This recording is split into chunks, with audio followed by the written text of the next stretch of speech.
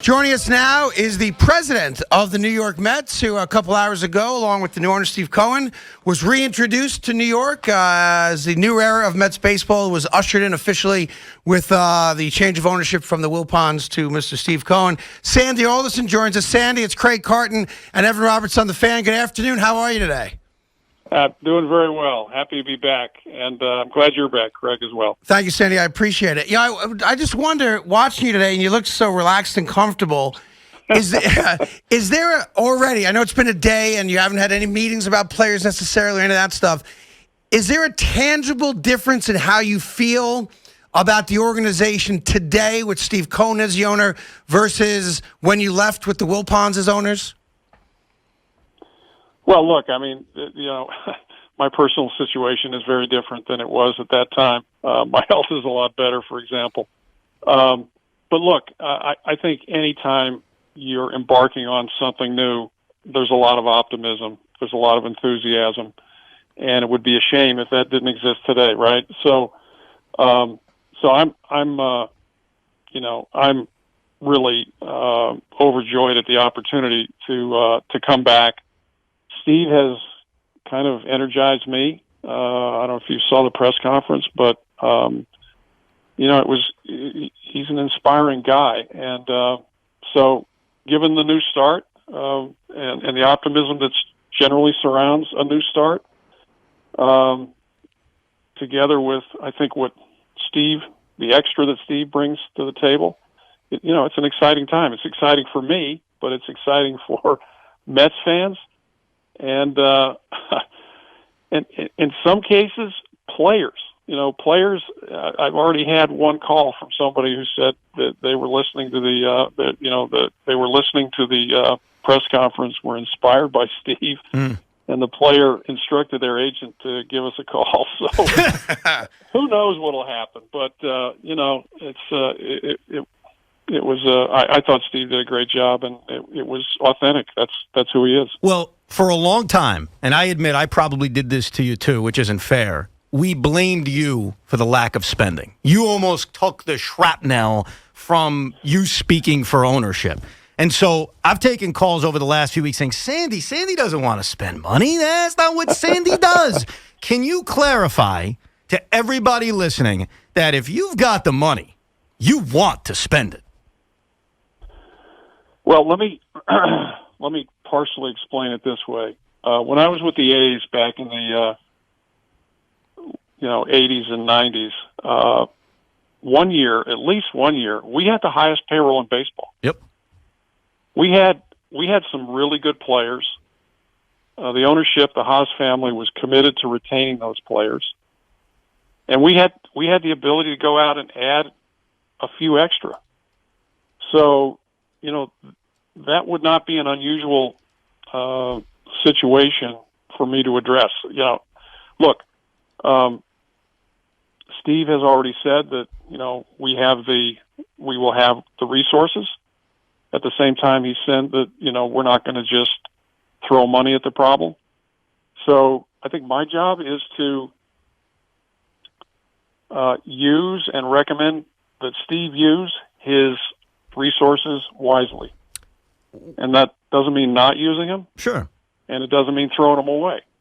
So, I think we want to hit a sweet spot, and I think we will. And so I think that, in that respect, the fans should not be concerned that I'm going to be, a complete governor on spending resources. But I think my responsibility is to make sure that we're spending them wisely. I want a raw, honest answer to this. What went through your mind when you saw that Jarred Kelenic was traded to the Seattle Mariners? Well, I'm going to give you a slightly roundabout answer. Okay. I go back. I have one big failing, probably as a baseball executive. I fall in love with our younger players. When we draft them and they're in the minor leagues, I follow them as closely as I do, players in a major league game. And over time, you grow an attachment to those players. As a result, and I'd have to go back and maybe somebody will fact check, but I don't recall at any time in my career ever trading a first round draft pick soon thereafter. Now, there was a time when baseball had a rule that said you couldn't trade your draft picks for a year. So I don't take full credit for that, but generally speaking, I like to hold on to prospects, particularly our top ones. And I think what Steve and I have talked about is his belief in the same thing. So, we're gonna acquire players, but I think we're going to be careful about giving up our own. Well, let me ask you this though: if you didn't draft the kid, do you have an emotional attachment to them? Because over the last 2 years, a guy that you jettisoned recently, Brody Van Wagenen, made some picks. So would it be easier? Because you traded Michael Fulmer, but if memory serves correct, you didn't draft him. So I'm not really fact-checking you in a way, but he was a first-round pick. But I don't think he was technically yours, so it's okay. But would it be easier to trade a first-round pick that you didn't personally draft? Well, first of all, we did draft Fulmer. Well, okay, then I'm fact-checking you. Watch. You traded him. Yeah, but it wasn't the first year. I think he was in Double-A. No, you're right. It was 4 years after you drafted him. In fairness. Yeah.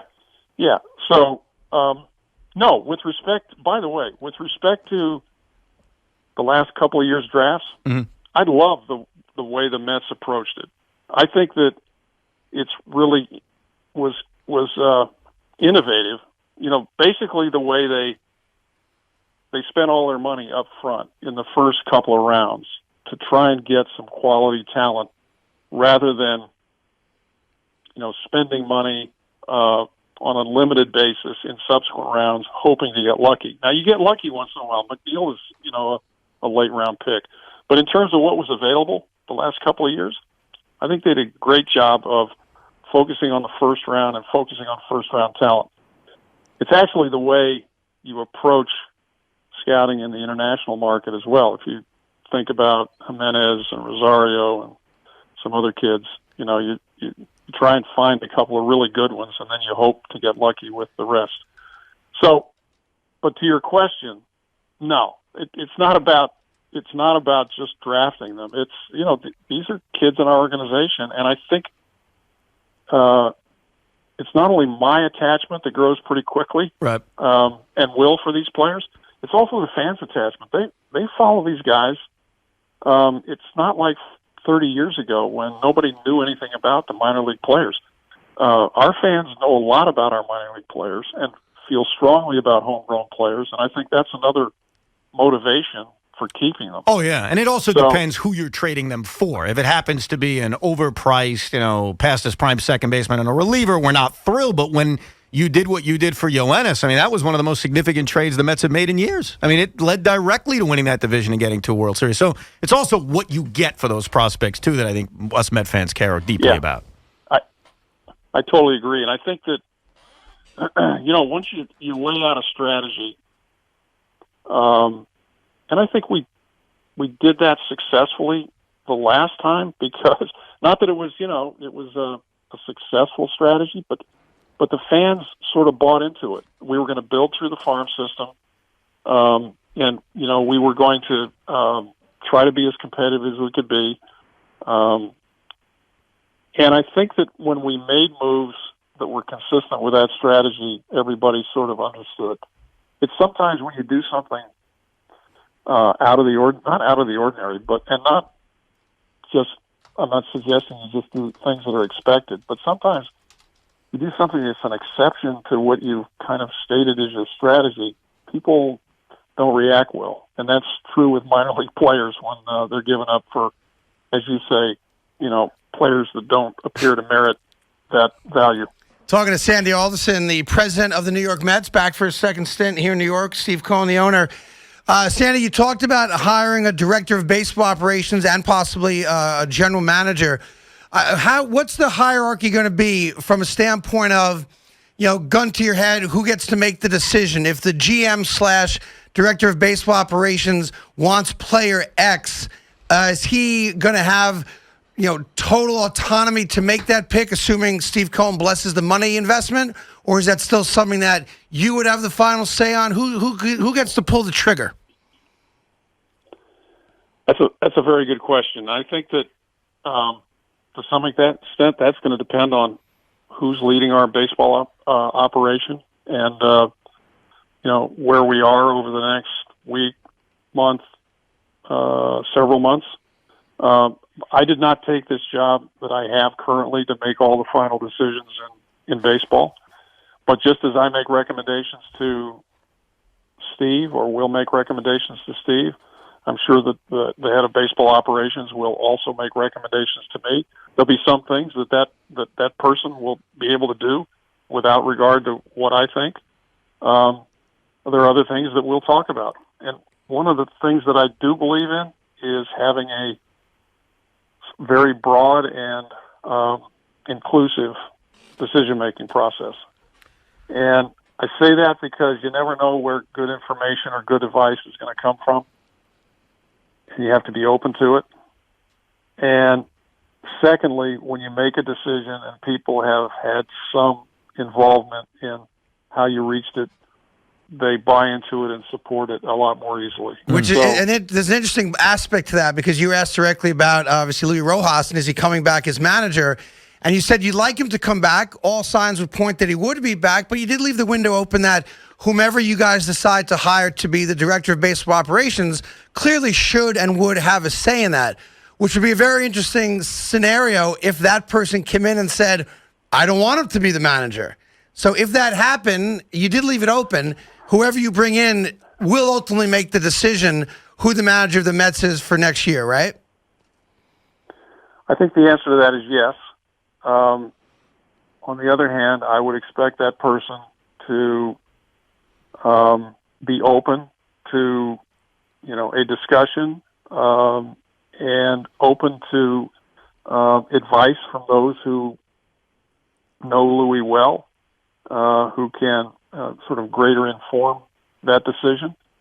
So I'd say the answer to that is yes. But you want him back. It's clear. Clearly you want him back.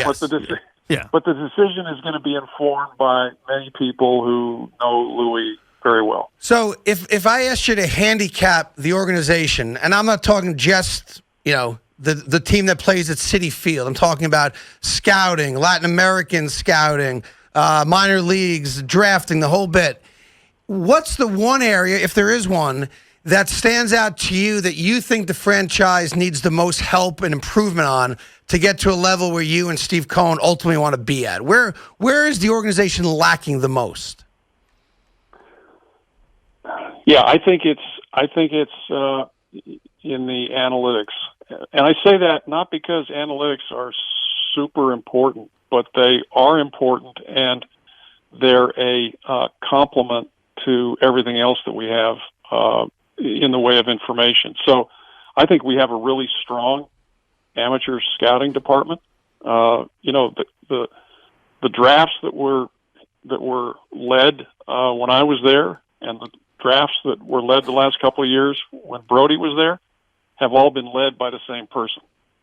So we have continuity, and we have a record of success. I really think the amateur scouting department, both internationally and domestically, is really good. I think our pro scouting department is really good. But that's the kind of fundamental baseball work that has to be done, and you have to be good at it. But today, there's so much information out there. There's so many metrics to be measured. There's so many, points of data that exist that have to be understood. And they not only, go to player evaluation, they also go to, sort of an in-game strategy and tactics. Do you think sometimes we rely too much on that and we take out the soul of the game and the gut feel of a manager when we rely so much on what it says inside the notebook versus a guy that just knows baseball and has a feel for his team? Don't you think there are points when we get a little too heavy-handed with numbers, and I hate the word analytics, but it's almost like we're letting computer guys dictate what we're doing as opposed to letting guys who truly know the sport just manage kind of from their gut Or are you not worried about that?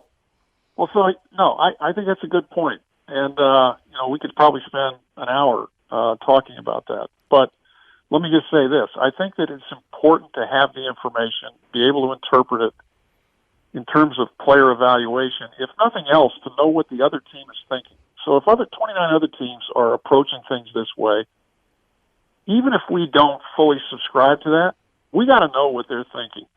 We got to know how they value a particular player. We might value the player differently, but we need to know what they're thinking.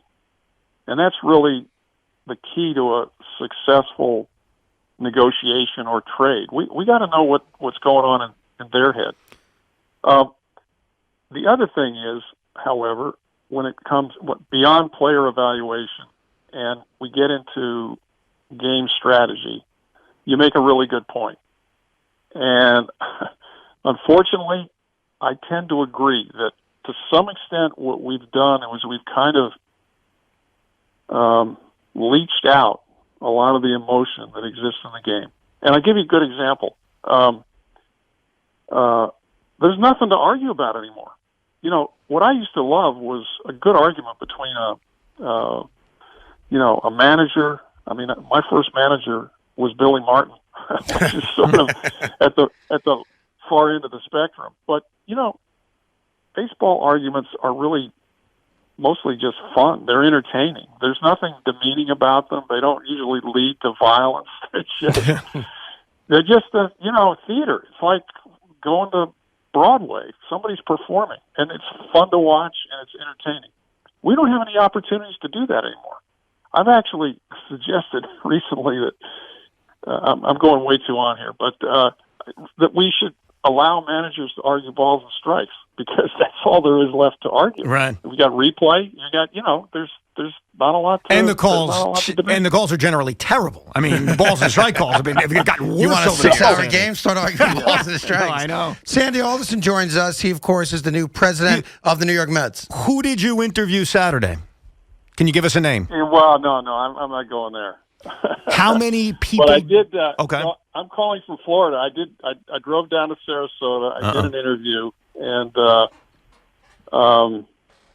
that's all I'm going to say in that regard. But it was a fun day, Saturday. The interview, and lots of things that occurred. I understand. Is the interview like a sit on the porch, drink lemonade? Is it go fishing? Are we dinnering? Are we golfing?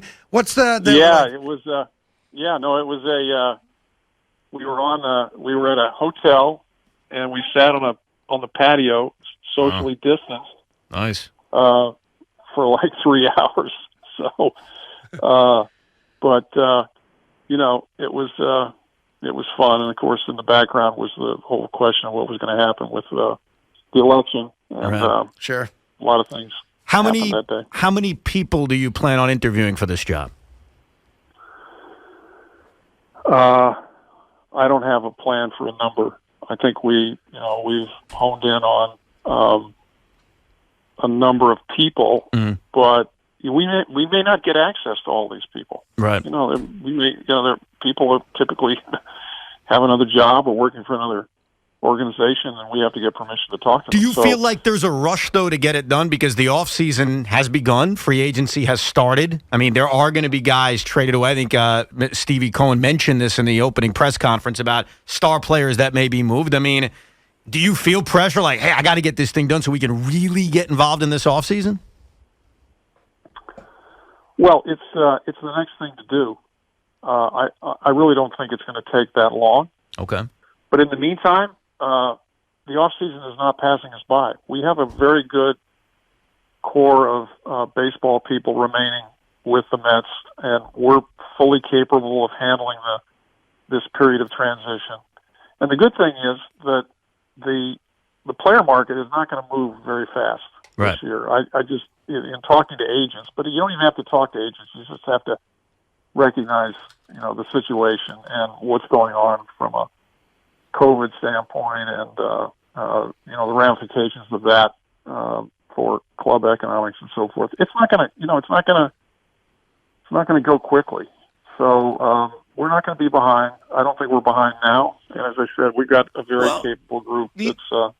keeping us on pace. The only thing you could be behind on, and if by some chance you didn't bring Luis Rojas back, and I certainly get based on your answer, you're going to bring him back, and that's fine. I have no problem with that. I think Craig supports it too. I think you'd be behind on that because A.J. Hinch took a job, Alex Cora took a job, and those two guys were clearly the best managers out there. So if there's a move at manager, there I think you guys would be behind. That's a good point. I think you're right, and I think you're right because there are no other obvious managerial candidates out there at the moment. So you'd have to do a little digging. Right. And that would probably take some time, some additional interviews. So I would agree with that. I think that, might put us behind. And if you say, well, gee, because you don't have a manager and you're looking, maybe players would be reluctant to commit. Nah, they don't care. To be fair, I don't think Alex Cora was but, available to anyone else anyway. But Oh, I get your point. Hey, Sandy, let me have a couple quick baseball thoughts. There are those that, purists hate expanded playoffs. I thought it was a smart move this year because of what was going on. And I know there was a report a couple days ago that owners want expanded playoffs, but they want to, in exchange for a permanent universal DH. I know that one report is out there. So let me just ask you a couple overview questions on the sport. First off, how did you think Major League Baseball under Rob Manfred's leadership handled things this past year? And then I'll move it forward in a second. But overall, you think it was a success considering all the issues that you guys had to deal with? I think it was a terrific success, unmitigated success. And I think it was a function of the commissioner's leadership. I think the execution by the commissioner's office, those working for him, and ultimately, the cooperation of the union and the players. I mean, it wasn't easy to be as confined as they were through the course of a regular season, as well as in the bubble in the postseason. I think it was extraordinary that we actually got the whole thing done, particularly in the face of rising COVID cases as the season came to a conclusion. So, I mean, A+ as far as I'm concerned. To Craig's DH question, because I think this is very important. I think that's what you're going to ask next. I can read your mind already. Go ahead. A, do you personally want a universal DH? And B, does your roster affect your view on that? Because I think it's obvious the Mets would benefit from a universal DH. Yeah, so trying not to be, Mets-centric on this, I actually think that the DH for Major League Baseball is a good idea. I mean, look, we're trying to create more action, not less. And, every third inning, at least through maybe the first 5 or 6, some guy comes to the plate who, is clueless in most cases. So I think if we're trying to create more action and more excitement, I think the more accomplished hitters you have in the lineup, the better. As far as we're concerned, well, we actually have some pretty good hitters among our pitchers. But more broadly, given the composition of the roster, I think that we would certainly benefit from use of the DH. It would just give us more opportunities for people like Dom Smith and Alonso and Cano. It just gives us a lot more flexibility given the roster we have. How satisfied are you about Dom Smith, by the way? Because that was one of your first-round picks, and this was a tremendous season for Dom. He really put it together this year. You must have felt good about that. No, I did feel great. I felt great for him. Actually, I talked to Dom yesterday.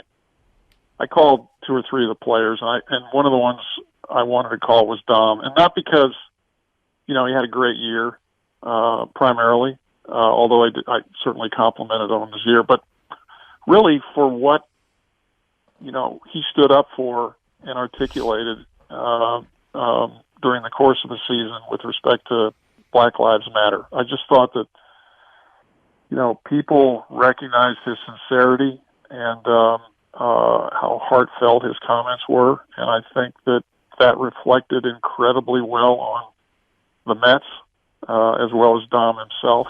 But so Dom had a great year across the board, and that points out the importance of patience.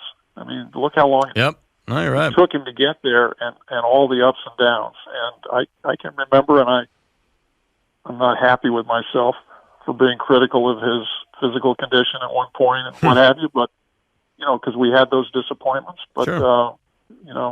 stuck with it, and they did. They stuck with him, Brody and his crew, and last year was a revelation. But Dom's a great individual, and now a really solid player as well. We're talking to Sandy Alderson, the president of the New York Mets. So I after all your years as being a general manager, we kind of know what Sandy guys are. You like guys who have high on-base percentages. You didn't really, no offense, care that much about defense, let's be honest. And you want guys to hit home runs, right? That is not, you may not think that's the most accurate description of you, but as a Met fan, that's kind of how I interpreted Sandy's guys. Are you going to hire someone with a different vision, or should we expect kind of going into the offseason, well, that's not a Sandy guy, or that is a Sandy guy, or will that potentially be different based on what and who you hire? All right, so let me see how to unpack that question. First of all, I take total responsibility for the fact that some Mets players in recent years have not been as defensive-minded as one would like. And that did come from a real focus on offense. But in my defense, let me tell you a short story. We drafted a kid named Eric Chavez in Oakland years ago, and we drafted him because he was a hitter. He was a high on base for a guy who hit the ball hard, drove the ball, was not considered a good defensive player. Later, Chavez won, I don't know how many Gold Gloves. So, defense is about athleticism, but it's also about technique. And so we need to get better defensively, but it doesn't mean that we necessarily have to need a wholesale change of personnel. But I would suspect that whoever comes in, that Steve and I choose, will probably reflect some of my philosophies. But let me also say this. In terms of having, high on base percentage and driving the ball, mm-hmm. I got news for all of us. That's the strategy of 30 teams in Major League Baseball. That's not unique to us. So with, an additional and a healthy dose of defense, you can't win without that kind of offense. And getting back to, the passion in the game and so forth, there's only really one strategy in the game today if you watch a game, and that's get on base and hit the ball in the gaps or out of the park. But you got to be able to play some defense. I totally agree with that. So I don't think there's a real issue about who comes in and what kind of player we're going to be looking for, because every team in baseball is looking for the same profile. Is Seth Lugo a starter or a reliever? Good question. He was a starter initially. If you go way back, there was some concern about his elbow. You may recall, he pitched in a World Baseball Classic and had some elbow issues. I think there was always a question about that. But I think time will tell with him. I'm not sure he got the full audition starting this year, and with everything else that was going on. And part of it's going to depend on what our needs are. There's no question we need more starting pitching, but Trevor Bauer. The bullpen needs to be better too. Yes. Trevor Bauer is a good guy. You should give him a call. What do you think of his personality, just in general? Not even talking about signing him. He's got a very strong personality. You like that kind of personality, Sandy? Yes. Oh, good. Look, okay. Me too. I guess Matt Harvey's coming back. Business, right? What was that? This is an entertainment business. Damn right it is. It's an extension of what you do, and so we've got to be open-minded about how players express themselves. And the thing that's interesting about Bauer is, he brings along with him a lot of ideas, yes, a lot of routines, a sort of technical orientation that I bet we can learn from. So, if a guy can perform, it doesn't really, to me, as long as it's not disruptive in the clubhouse, and basically if guys see someone performing they'll live with whatever the baggage is. I actually think Bauer would be a great personality in Bring New him York. in. I think he's the kind of guy that fans would embrace. Sandy, don't even wait to hire a GM. Sign Trevor Bauer. That's the move, man. He's in Sarasota right now. Before we let you go, Sandy Alderson, appreciate the time today. Are you aware, like legitimately aware, of how the Met fan has reacted to the news of Steve Cohen buying the team? And did that play any role in your decision to rejoin the franchise? Well, I'm aware of the fan reaction, but my commitment to Steve came way before that. But it wasn't hard to anticipate. So I think this reaction was somewhat expected, but I also think, being exposed to Steve's personality and hearing the commitment that he has to the team has even, I think, has excited the fans even more. So I think, well, I certainly anticipated that fans would be excited. I think at this point that level has gone way beyond what I thought would happen. Go ahead. I just want to also say, just pure health-wise, is it fair to assume that you will not be coming to New York anytime soon, as COVID obviously is starting to rear its ugly head again? And any concerns at all about the ability of the franchise to all be on the same page and make quick decisions when need be, knowing that a lot of the executives may not physically be anywhere near each other for the near future? I think it's a good question, but I think it speaks to sort of normal expectations. I'm on the phone every morning, so every morning with the core baseball operations group right now, we're on the phone for an hour to 2 hours every morning at 9:00. We are far closer in terms of collaboration and communication through Zoom and these, remote communications than we ever were on a physical basis. Some people don't even live in New York. So I think one of the byproducts, not just for the Mets, but for everybody, is just the acceptance of remote communication and the realization that it can be as effective or even more effective than, being down the hall from someone. So I don't have any real problems from that standpoint. I do think that anybody who's working remotely, it requires a certain amount of responsibility and commitment. But I certainly see that at the Mets, both on the baseball side and the business side. I think that we can get through this.